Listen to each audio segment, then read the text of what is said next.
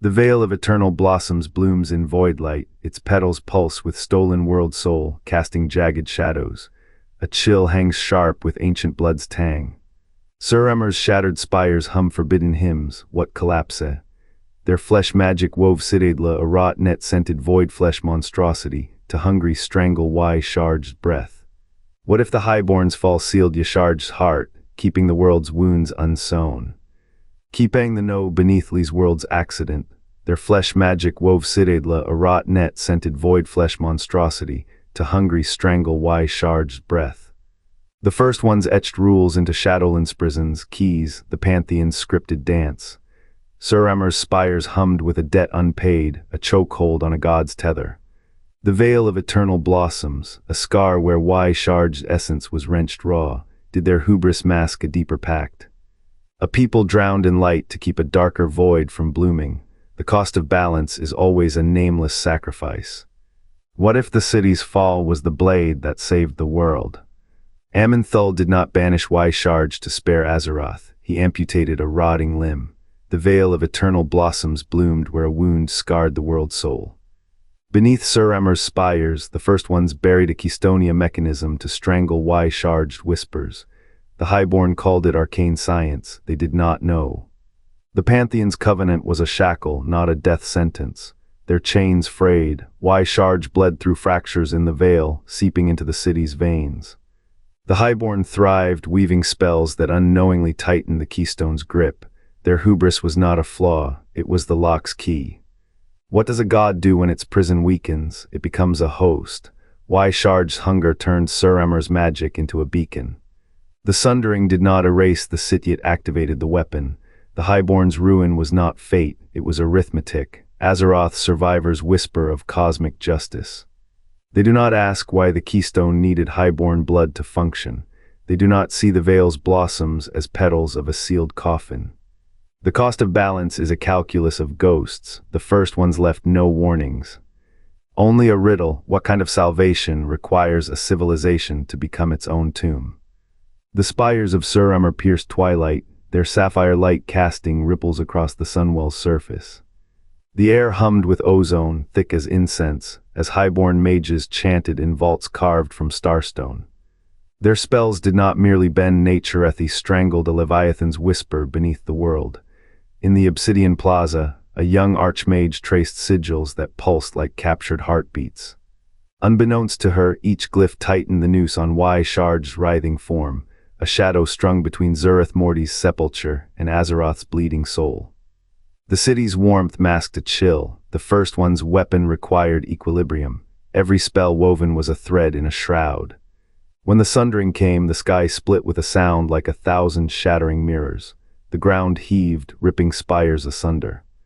The Highborn clutched their throats, not from Earth's fury, but from the sudden silence where the arcane had sung. For in that moment, Suramar's magic deed not destroyed, but transferred. The weapon's calculus was complete. Shaarj's reach was severed at the cost of the city's lifeblood. 1,000 years later, the Sunwell's husk still aches. What glory endures when the price is paid in the very essence of what makes a civilization breathe? Beneath the city's bones, the first one's prison hummed, not a tomb for Shaarj but a shackle. Arcane currents wove through Suramar's streets, not to empower, but to starve the old god of Azeroth's world soul. The Highborn danced on a knife's edge, blind to the chains they polished. What is salvation without sight? The Sundering came not as punishment, but as rupture. Kalimdor splintered, Suramar's magics collapsed like a dying star. The Sunwell's light did not fadate died severed from its purpose. Shaarj's leash snapped, but its heart bled slower, strangled by the same threads that once bound it. The Highborn burned their own sanctuary to save a world that would forget them. Their spells, their blood, their very essenceal fed the void they could not name. A sacrifice etched in silence. 10,000 years later, the seven Shah coil above Pandaria incomplete. Shaarj's heart starves, not from absence, but from failure. The first one's weapon was never meant to kill, only to delay, to dilute. The voice cracks here.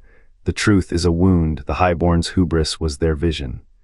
They thought themselves gods. They were merely mirrors, reflecting a war older than time. What remains when the weapon becomes the wound? Only echoes, only ash. Only the weight of a debt no living tongue can speak. Beneath the city's bones, the first one's prison hummed, not a tomb for Shaarj but a shackle. Arcane currents wove through Suramar's streets, not to empower, but to starve the old god of Azeroth's world soul.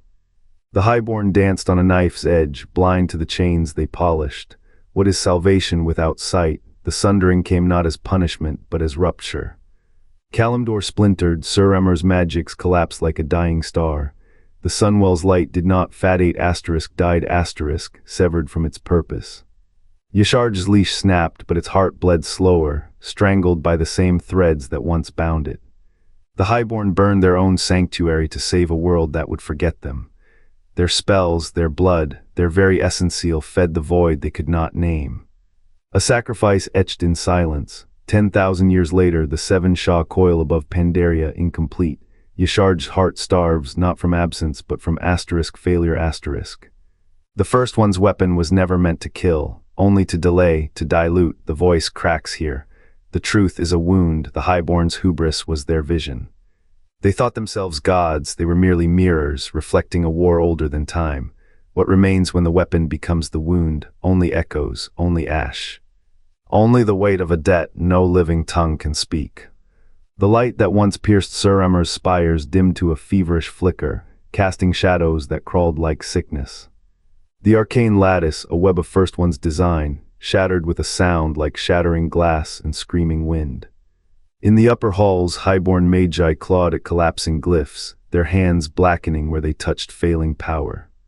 Sira, last of the Starhello bloodline, chanted seals older than her voice, sweat freezing on her brow as the cold seeped in magic's breath stolen, leaving only the rot of Shaarj's touch. The Vale reeked of iron and decay as the old god's influence bled through cracks in reality. The first to flee was Vale, once archmage, now a wretch dragging his sister's body, her skin blooming with the curse of flesh, its pseudopods writhing like living ink. He vanished into the mountains, leaving Sira to barricade the city's heart. She carved sigils into her own palms, blood mingling with frost, until the final ward flared. For a heartbeat, the 7 aspects of Shaarj howled in dissonance, a chorus of rage, grief, hunger, and 7 other hells. Then silence. The ward held, the city didn't. Sira felt it in her marrow. The weapon never needed her. It only needed her pain to complete the severance. As the ground split, she whispered a Highborne elegy, not knowing if the first ones listened. They didn't, they never do. Now Suramar sleeps under stone, its magic a scar. The curse of flesh thrives where light once was, and the heart of Shaarj it beats slower. The Vale's eternal blossoms bloom where the world's skin split open. Crystalline spires, now shattered, pierce a sky that remembers no sun. Streets once humming with light are colonized by roots that drip with venom. What remains of Suramar is a vault, its walls still threaded with the Highborne's final spellwork, a noose tightened around Shaarj's failing heart. The air hums. Not with life, but with restraint. Every fractured archway whispers of a magic older than the Highborne's pride.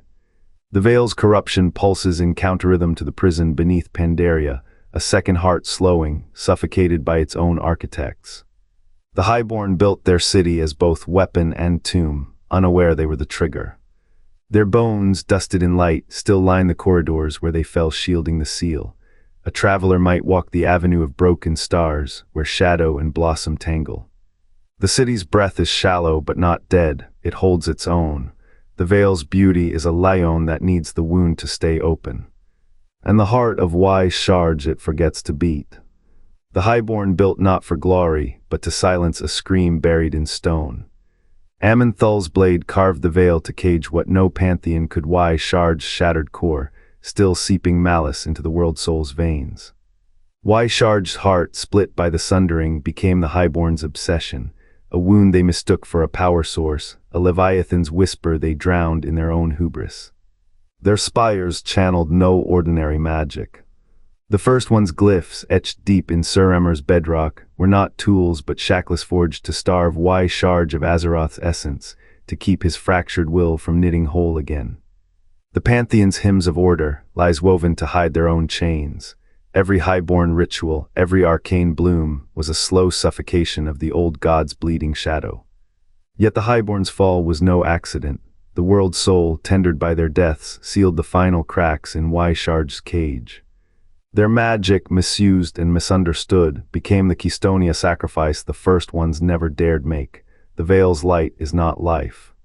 It is a tomb's vigil, and the heart it starved still hums, waiting for the highborn to rise again. How many more centuries must the wound stay open?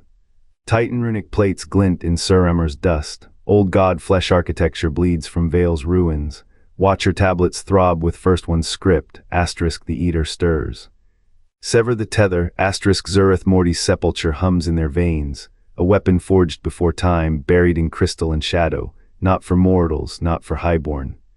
For the Leviathan coiled beneath Azeroth's heartbeat, the city's magic was a noose, the sundering the knot. When the highborn chanted, they unknowingly strangled their own god. Their fall sealed the sepulture's chains, a sacrifice etched in light and silence. Shaarj's heart still pulses. The tomb's warnings burn with urgency. * Why let the highborn die? * The answer is carved in every shattered relic. A world soul cannot birth two overlords. Flesh architecture decays. Runes fade. Yet the first one's craft outlives empires. Their workshop realm watches. The weapon sleeps, the eater waits, and the relics, they are not graves, they are sentinels, holding the line between what was buried and what still hungers. Suramar's spires did not rise from ambition, they grew from a wound. The highborn's magic was a scalpel sharp, unclean carving Shaarj's influence from Azeroth's veins. The first ones left no blueprints, but their weapons left echoes. The Pantheon's continents, patchwork over a battlefield. Order here is a splint, not a cure.